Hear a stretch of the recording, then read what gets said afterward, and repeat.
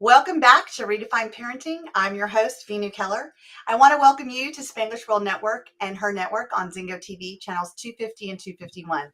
Please remember to download both Zingo TV app on the respective app stores and on iOS and Android devices. While you download, please make sure to rate and leave a comment. The app is free. Zingo TV is also available on Google Chromecast, Amazon Fire Sticks, Roku Sticks, and on all smart TVs 2016 and forward. Today, I have another amazing guest, and this person is been one of my friends for many years. We've actually started out in the personal development a few years ago. Well, I say it's a few years. I only feel like it's a few years, but many years ago. And we were on this track of leadership, of learning how to grow through our own stuff and then help other people grow through it. And my guest today is Ronny Leber. Ronny, welcome to Redefine Parenting and taking time to be here on your day. Thank you. Thank you so much, Veenu. Thank you for having me. And it's been more than a decade, actually, when I think about it, that we have been in the same field, and it's been quite a journey. And thank you for having me and for another step in our journey today. I love it. I love it. And the reason why I brought Ronny on our show today is because him and I were having a very candid discussion a few months ago about, the way kids make mistakes and how as parents, are we scrutinizing those mistakes and making them feel bad for them? Or are we using those as learning opportunities? And even that, we started talking about even another topic called magic moments, of finding the magic moments in our kids' lives. And so, Ronny, when we were talking about the mistakes, maybe you can help the audience understand, in your journey in your life, where have there been mistakes where you felt scrutinized for them, maybe as a child growing up, or, when you're teaching other kids, maybe in sports or whatever, and you realize later on that those mistakes were actually the reward? Well, that's a great question, Veenu. And actually, I just found this in the last years, because what I realized was that many, even adults, actually have a lot of stuff going on about not making mistakes.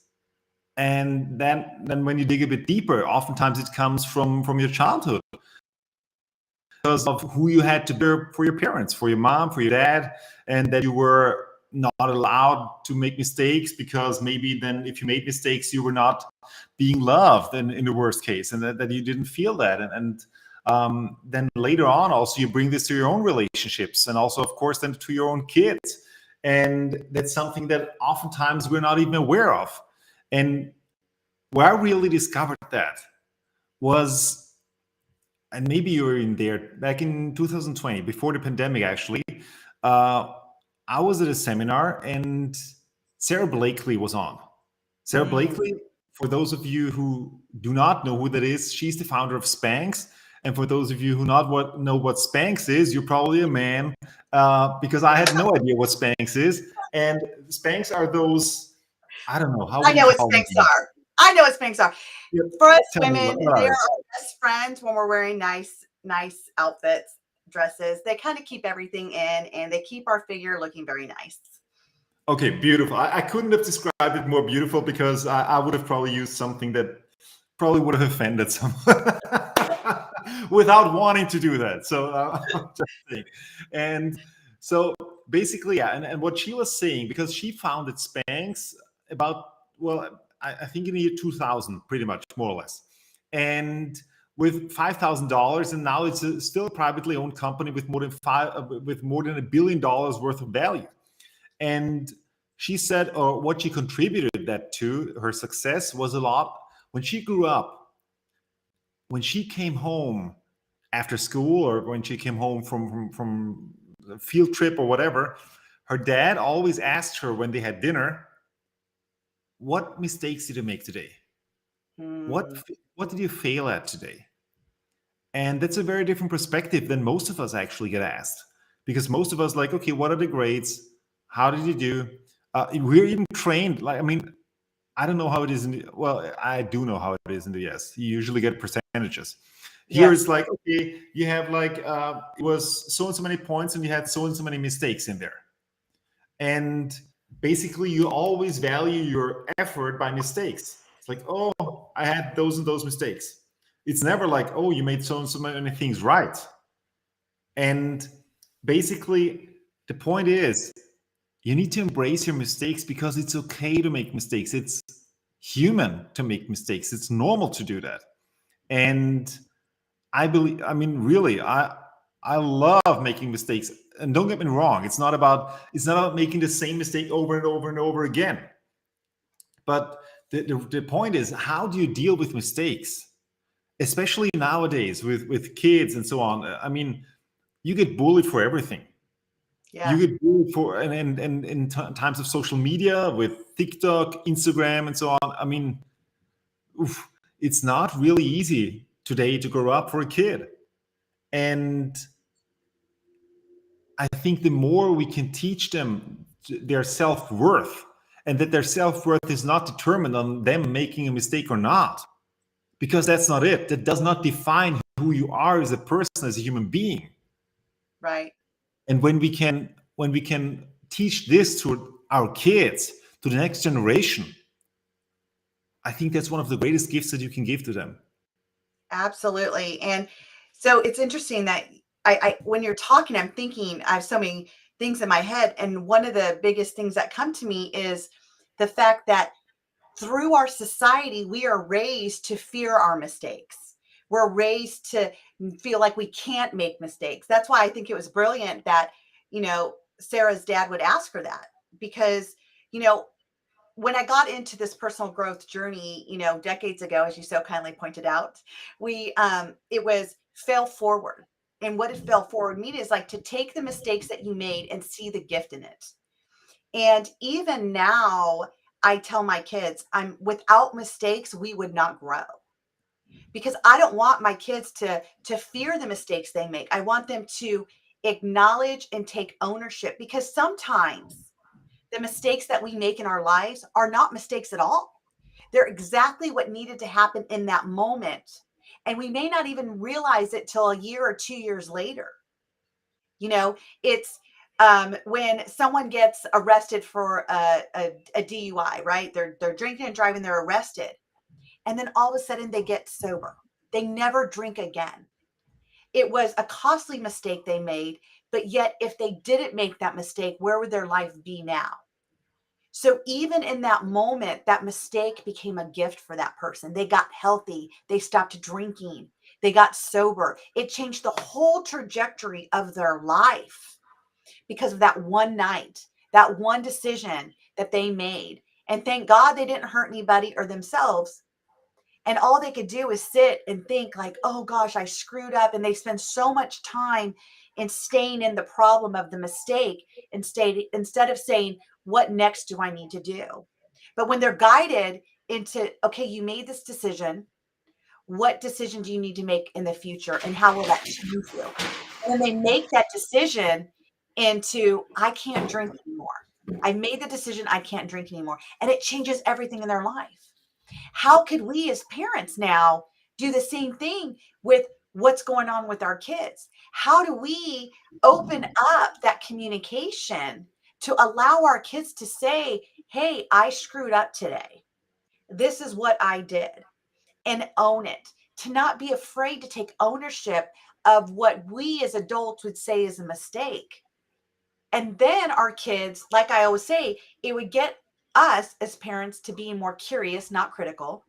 And it would allow our kids to have a more opening for them to be able to feel safe, seen, and heard without judgment. And then we can guide them into, a better decision and finding the gift in the mistake. And I think that's exactly what you were leading to when Sarah's dad would ask her that. It wasn't just about, criticizing and crucifying her for the mistakes that she would make. Absolutely, and I'm in the entertainment industry, and my mistakes usually the moment I make them, they are public. So basically, it's what choice do I have? Right. It's like you got to own it, and really, if you're in front of thousands of people and suddenly, well, I mean, your pants rip, or you're in the ice skating rink, and you are just talking to the audience, and suddenly you see your feet at the height of your eyes, and then you're basically a second later on your butt, and your butt is wet, and and you can basically hear the mumbling in the crowd and so on. What choice do you have in taking it with humor? Or if you like, just, it's okay. It's okay. I mean, we all make mistakes, and really don't.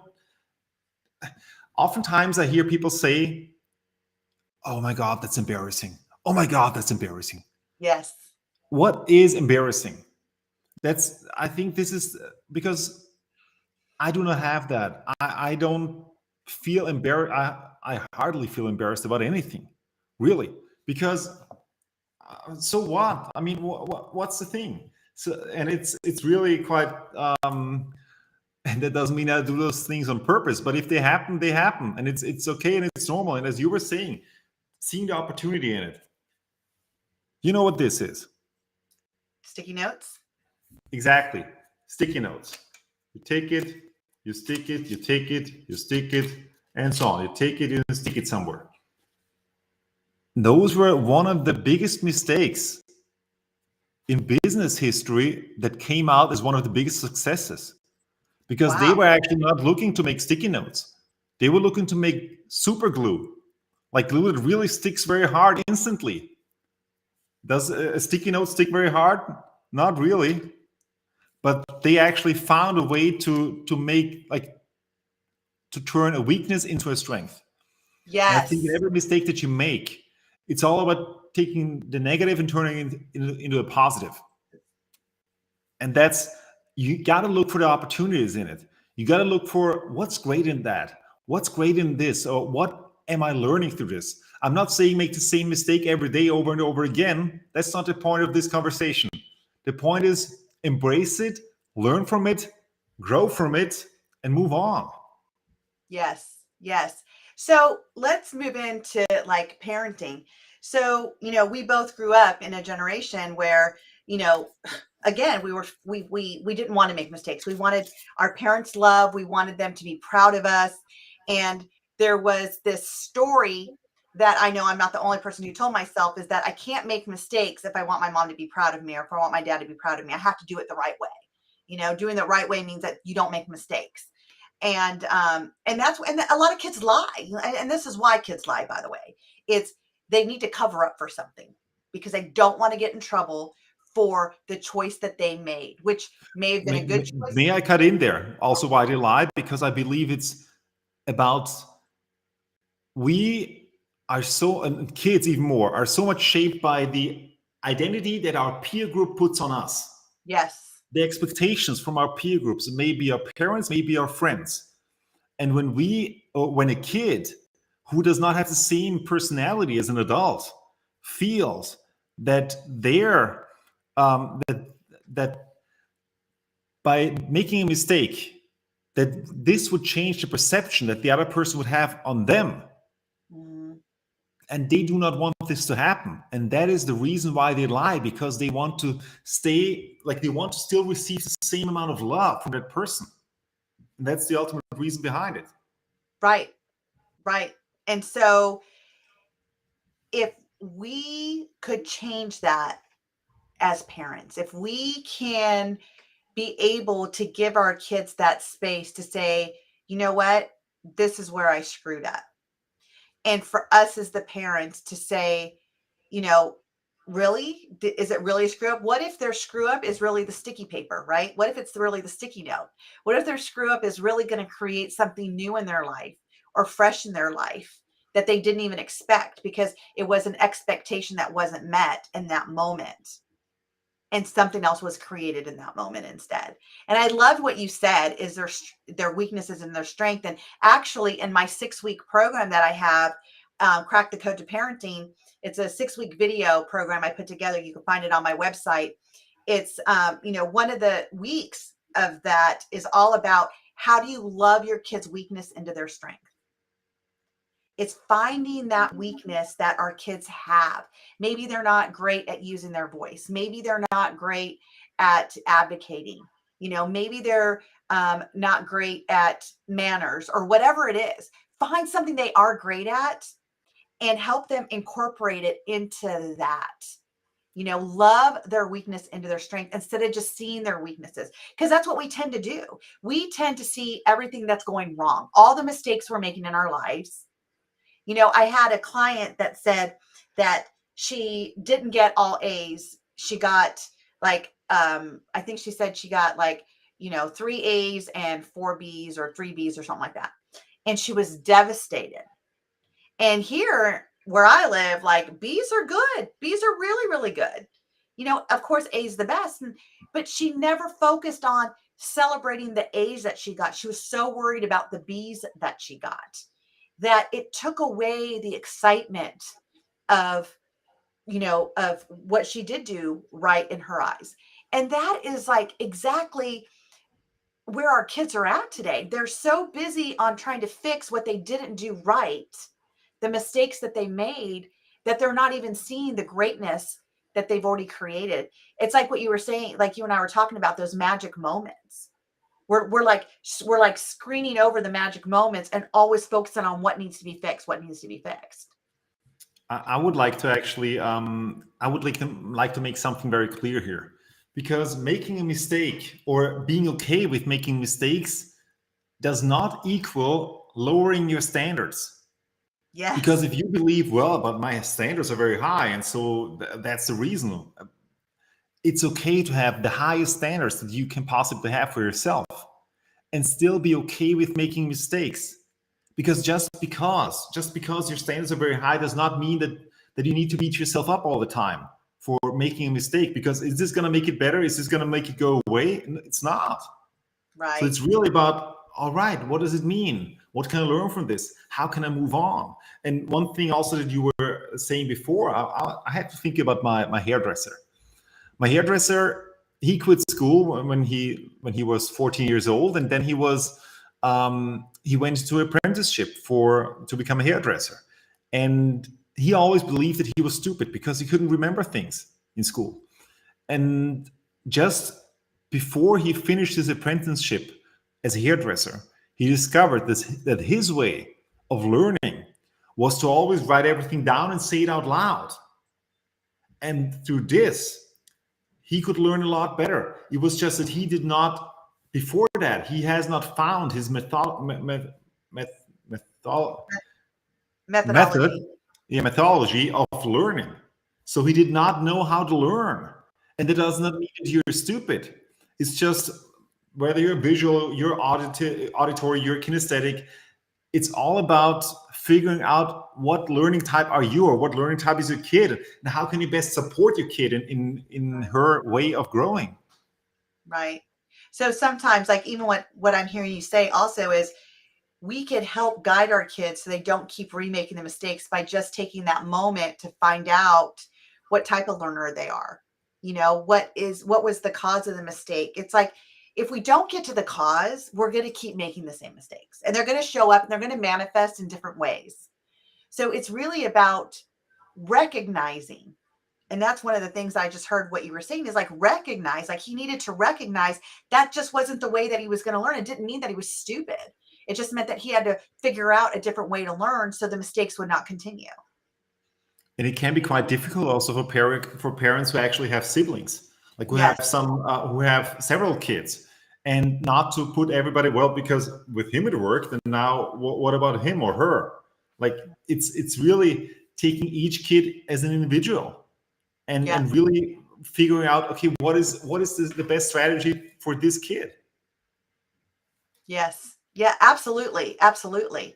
And, and one of the things that we were talking about, and I want to bring this up because like you and I had a beautiful discussion about magic moments, is how do we capture them? And, I was just talking to a parent I was coaching yesterday, actually. And I said, how many magic moments did you have this past year with your child? And she was like, oh, I had so many. Veenu, I had so many magic moments. I'm like, oh, well, would you like to share some with me? She goes, I mean, well, I don't know so many specifically, but I know that we had a lot. And so I offered her an opportunity. There's a couple ways that I told her to capture this. Number one, you can keep a calendar. And every day I said, I invite you every day on your calendar to write one magic moment you had with yourself, with your child. Imagine when you get to December 31st, 2023, and you look back at that calendar and you save every month that you had, and you were able to go through every day of this year, what would that feel like to really know what you captured and what you did with your children and what were the magic moments? And she was like, oh my gosh, I think it would change almost everything. It would probably change the way I see things. It'd probably give me more appreciation. It would give me more gratitude. It would make me actually probably see what my purpose was in that year. And I say, how about that? And so, and I invited her to do that. And that's what she started to do. I mean, because yesterday was only the second, so it was a great day to start it, right? And I said another thing that I have done with some of my families that I've worked with over the years is they get a jar and they get those pretty little sticky notes that you were just talking about, right? And they write down, every person in the family writes down a magic moment they had and they put it in that Just jar. Veenu, just to before, I love the jar idea and I want to hear more about it. Just a question in between, because maybe not everybody is familiar to what a magic moment is. What is a magic moment to you? Huh. What does it mean? A magic moment. What a great question. A magic moment to me is something that lit me up, something that lit me up that day. It could be anything from me walking downstairs and seeing my son do the dishes with nobody asking him to do it. And me saying, what are you doing? He's like, well, I saw that there was dishes in the sink and, dad always does them. So I wanted to do them for daddy.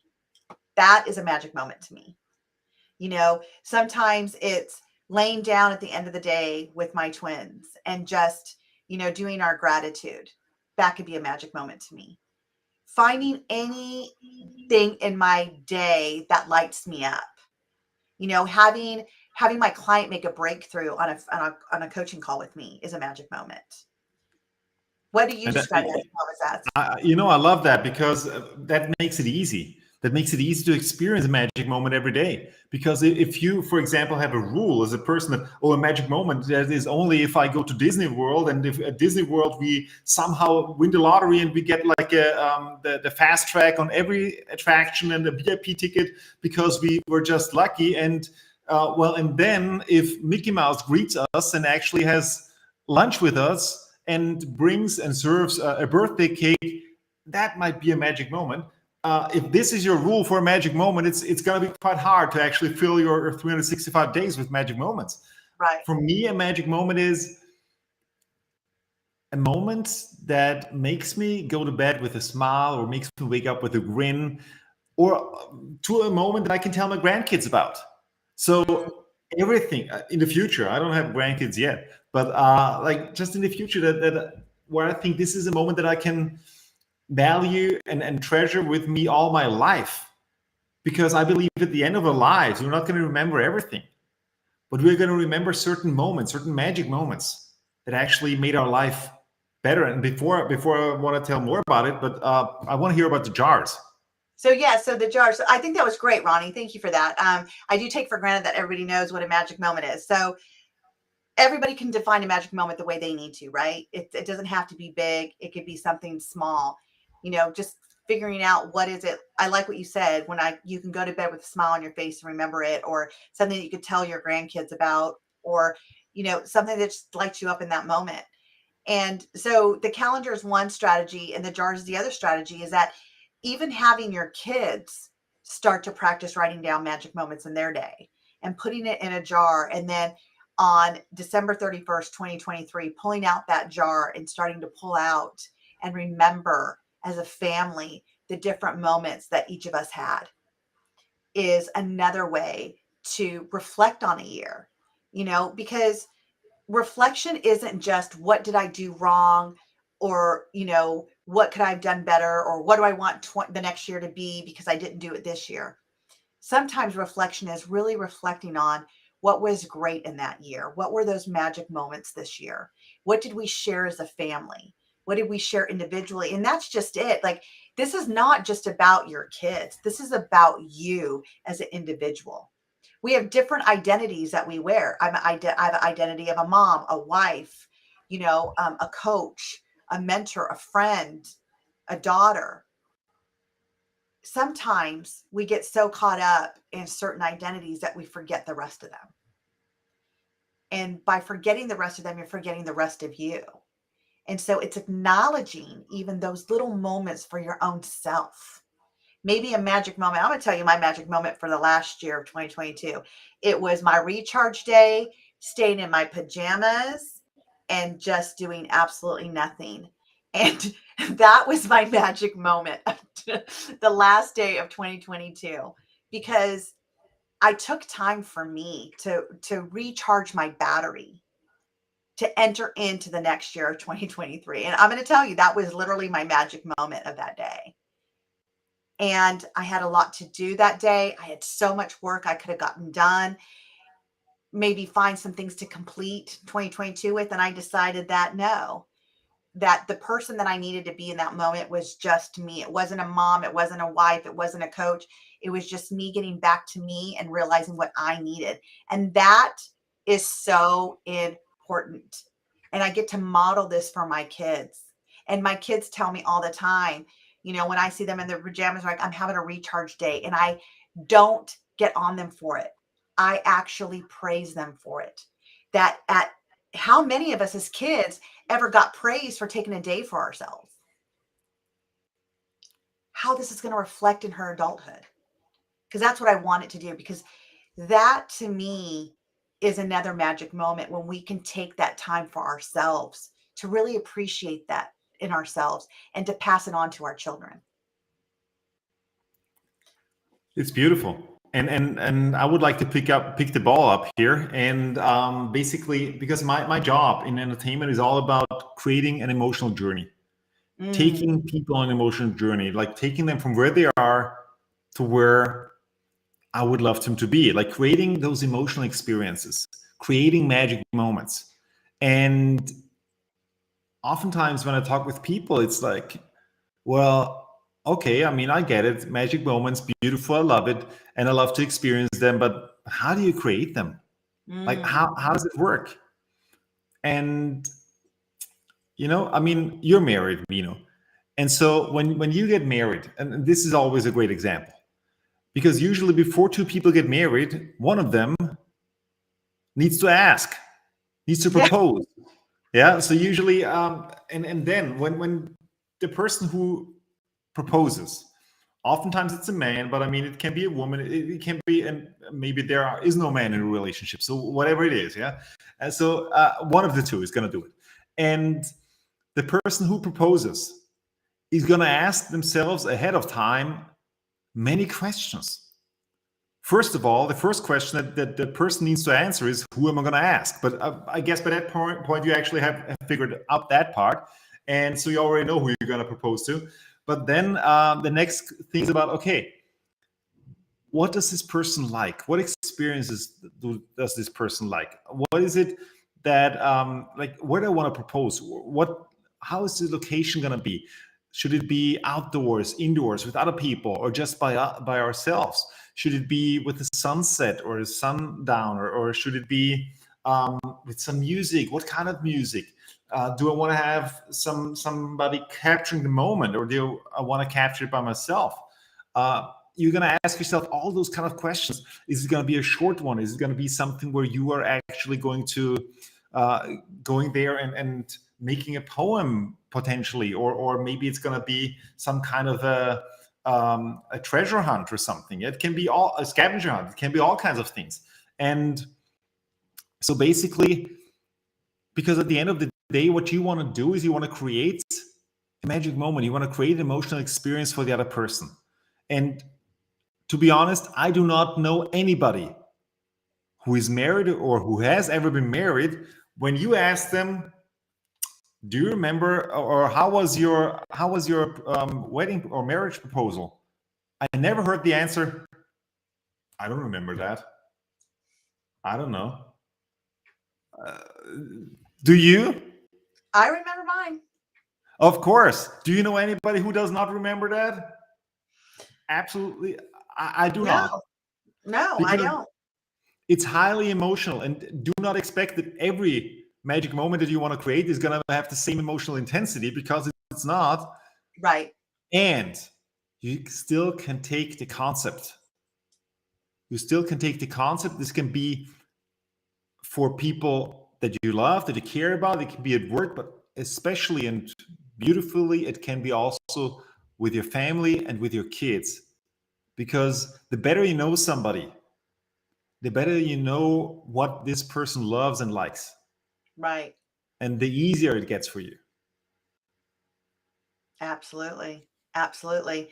And they become some of the biggest magic moments, you know. Um, I want to kind of like circle back around though, because I think that what is important for our listeners to also understand is that sometimes the mistakes that our kids make end up being a magic moment as well. You know, it's how we define things. You know, we can define it as a catastrophic problem and get upset with them and be angry with them. And how is that going to solve it? But when we take the time to see the gift in it and have that moment to resolve it, what an opportunity to connect with your child, to let them know that, hey, I'm here and I'm going to be with you and I've got your back and I'm going to do this with you and we're going to resolve this together. Just that can be a magic moment.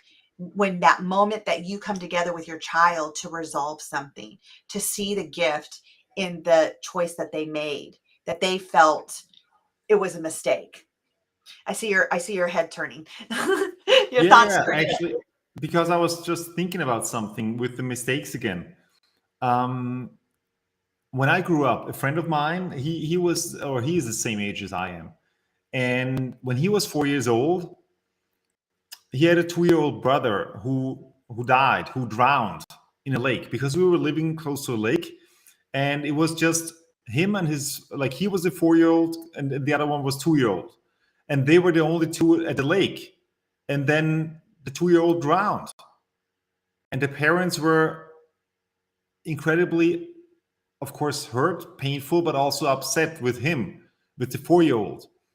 And basically, for the rest of his upbringing, they let him feel his mistake, or they said it was his mistake, that he was the one who actually was supposed to take care of the 2-year-old as a 4-year-old kid.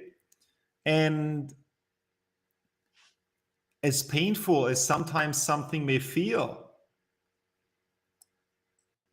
blaming your kids, or don't make blaming your kids an excuse for something that you need to take responsibility for yourself. Nice. And So true. that's really, really something, because I mean, let's be honest, a 4-year-old kid is not the right person to take care of a 2-year-old kid, Right. and especially not close, like next to a lake. It's when so this is really something that where I believe it's important as a family to also embrace you as a family, and also when things like, and this is a very tragic event, and not always, and most of the times, thank God you're not going to have this experience. But even if you had, this can make or break a family, and it's Yeah. up to you that you see that it makes your family and doesn't break it. Nice. That is so true. And, you know, I can think of, you know, many scenarios where parents have done that, you know, where we, you know, maybe, I mean, I can't think of off the top of my head, but even, you know, where have I put blame where as the adult, as the parent, I need to take ownership for it, you know? And it's remembering also that our kids, and because you said 4 years old, it's like, how big is the brain of a 4 year old? Like, what's really going on in that 4 year old brain to even have the capacity to take care of a 2 year old, right? Like, it's just, we got to think of brain development too. And I'm constantly saying things because sometimes our kids act more mature than their age. Sometimes our kids perceive that they understand more than they should for their age. And I'm here to tell you, it doesn't matter what we perceive our kids to know or not know. their brain development is all the same at that age. Like it's a 10-year-old brain's a 10-year-old brain. To think that they need to take on bigger responsibility and then to get mad at them when they're not, we as the parent have to realize, how old are they? What really is in their capacity of knowing what's right and wrong and long-term consequences, especially when their frontal lobe's not developed until they're fully an adult. And for boys, it's 28, and for girls, it's 25. It's I can't believe, like, a 4-year-old, and what he must have had grown up under, with that feeling like, I did this. It was my fault at 4. I should have known better. When we can see now as adults that at 4, they wouldn't have known better.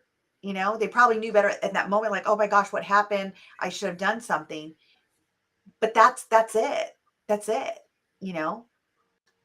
And everybody that has ever played a team sports knows exactly that the leader of the team is responsible, like takes the responsibility. Or also, of course, in a company, if you're the leader of a company, ultimately you are the one who is responsible for it, because you are the one who trained that person, who like whatever it is, you need to take responsibility for it. And especially when with a kid, you were the person. I mean, you need to take responsibility for it at the end. And I believe that the biggest reason why parents sometimes get mad at their kids is because they do not want to feel the responsibility, because they want to give the responsibility away to the kids. Absolutely. Absolutely. So, some of the things that I feel that would be important for our listeners to hear is, number one, how do they, and I'm just curious from your perspective, how do they start to formulate that relationship with their kids where their kids don't feel shamed or blamed for the mistakes they made, and actually can help them find the gift in it? I believe the first thing, actually, what you need to embrace is the growth. Embrace the process, and not just a single. Don't focus on a single mistake. Focus on the process, and encourage them. I mean, we oftentimes talk about that. There's this great example that we both also know from Tony Robbins, that he oftentimes gives, is when your kid begins to walk. Yeah, and your kid is trying his first steps, and you stand him up, and he's making his first steps, and then he falls down. How often do you pick your kid up again in order to give them the opportunity to walk? Of Every time. course, you're going to do this as often as it takes, because I've never seen a parent who's like, he's not a walker. Like, yeah, he doesn't do that.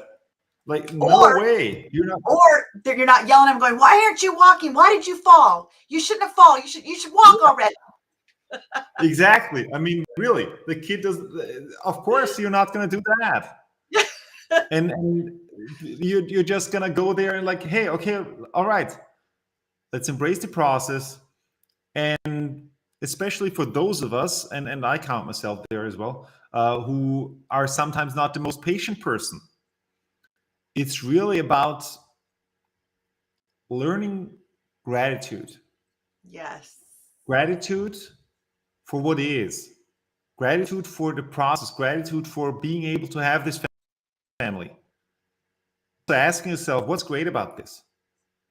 What is it that I can learn from this? What is it that I can be grateful for in this moment? Because the moment you change your focus, the moment you appreciate what you have, it's going to be very different. It's, I mean, for whatever reason, that I a few months ago, I saw a headline in a newspaper. 2-year-old boy tried to cook, house burnt down. That was the headline. I can imagine that the parents were not very happy about that. And at the same time, Jesus, if your 2-year-old kid is cooking alone in the kitchen, you got to ask yourself as a parent, what could I have done better? Mm-hmm. Yep. You know, I love that um, metaphor, if you would, of the child learning to walk. Just to even take it one step further, is that when that child takes that first step and they fall, we get excited. We get excited that they even got up. We get excited that they took that first step. We get excited that they fell, and then we put them back up, right? And then we get them back up, and we're even more excited. And it's our excitement that gets them back up. It's our excitement that makes them want to do it again and again and again. The next thing you know, our kid's walking. And what if we were able as parents to use that same metaphor with all the mistakes that they made? What could we get excited about? And going into the gratitude, I had a guest a couple weeks ago, one of our friends, actually, Tony Rodriguez, and he came up with like 3 questions that really altered something for me. And it was, what am I grateful for now? What could I be grateful for? And what should I be grateful for? Just putting those different questions around gratitude not only helped me to see areas when I couldn't see gratitude, but it helped, even because I've been telling my clients this and coaching them on this, is that with these kids, when they're like, the ones that are quote unquote depressed or feeling bad, and I'm like, well, what if you went into gratitude? Well, I'm not grateful for anything. The moment I said, well, what could you be grateful for? Boom, all of a sudden, they're finding something. And then when I say, well, what should you be grateful for? Now all of a sudden, they're finding things they're grateful for. It just puts it in a different perspective. And I love that you brought this into the show. It seems like every show we talk about gratitude, but I'm going to tell you, gratitude is the way to pull anyone out of, even yourself, your kids, out of a slump, out of a way of feeling bad or sad or miserable. What could you be grateful for in that mistake that they made? What became of it, or what could become of it because of the mistake they made? And it's just, again, creating that open, safe, and trusting space for your child to be able to come to you and speak to you about these mistakes. So I absolutely love that. It's the growth, right? It's the process, as you were saying, the process of finding that. And I want to give you a different tool here. When you're watching right now and you're thinking, well, what can I do when my kid does something that does not provoke the best reaction inside of me, or that maybe wants me to go berserk or whatever? So there are 3 decisions that you can take, that we ultimately make in any moment. But you can also consciously do that. And so ask yourself, first, what do I focus on? What do I focus on in that moment? And if you consciously do that, you can focus on something else. Are you focused on something, on a mistake, on something that went wrong, or on something that actually is right? So really, what do you focus on? That's the very first thing. And it can be something also internally, it can be externally. And there are a million things that you can focus on in any moment. The second thing is, what does it mean? What does it actually mean? Because we as human beings have the possibility to give it a meaning. You can choose what it means. So what do you Yeah, focus on? What does it mean? And next up, what am I going to do about it? What am I going to do because of that? Because of what I focus on and what it means? What action am I going to take? right. And when you really go through the process, the next time that you are upset, the next time that you want to punish your kid for something, the next time that you want to blame your kid for a mistake that maybe you did yourself, think about it. Those 3 things. What do I focus on? What do I need to focus on? What does it mean? And what am I going to do about it? That is amazing. And I would just put a little caveat, because a lot of parents, you might be listening to this and saying, I already know my kid's going to be like, I don't know. I don't know. I don't know. So let me tell you, when your kid says, I don't know, just change that. What could you do? What are you focused on? What does it mean? And what could you do? What I could you was do? actually talking to the parents. Yes, to parents, what are you going to do? And I think this is great for kids, It right? is. Like, what a great strategy, a 3-process strategy for your kids. And to just tell them, like, what do you focus on? Like, as soon as you were talking about this, Ronnie, I went to my son Samuel, who plays soccer. When I see these kids on this field, and the minute they miss the shot that they took, or the minute that the ball got, the other team got the ball away from them, you see their physiology just change. It just kind of goes, ugh, you know? And one of the things that I've been teaching my son and my husband too is like, don't focus on that moment of missing it. Focus on what do you need to do differently? What could you do differently now? Like, think of like in the future, because you can't go back and change the fact that you didn't block the goal. They already got the goal. You can't take it away from them. But what you can do is not focus on the fact that they got the goal. You could focus on what do you need to do differently going forward. And this changes his mindset. It's really about changing the mindset. When they're losing the first half of the game and they got halftime, it's what's the talk the coach is giving to them? Are they focused on what they did wrong? Or are they going to focus on what they need to do differently? Because it's really about that, and I know you are, big on sports. You were the what's your title for sports that you You mean like a stadium announcer, ring yes, announcer, all those kind of yes, things? yes, yeah. So you get to see all the sports. And I'm sure you understand what I'm talking about. It's even the best people are the best athletes that I see is that they're really focused on not the mistake, but what they're doing right. Like, I even have a client that he's like a 17-year-old. He's an amazing golfer. And I even told him, I'm like, take a book out with you.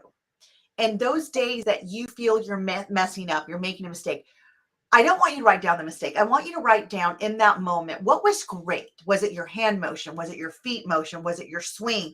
Was it your balance? I said, I don't know anything about golf, but I'm assuming that there's processes and how things are when it all align, you get the right shot. He's like, yeah. I said, so instead of beating yourself up for doing bad or making a mistake, what if you started to recognize what was great about that shot you took in that moment? And he's like, oh my gosh. And I was telling my husband about this. He's like, do you know that's how Tiger Woods got to be so great? He started writing down what was great about the shots that he was taking.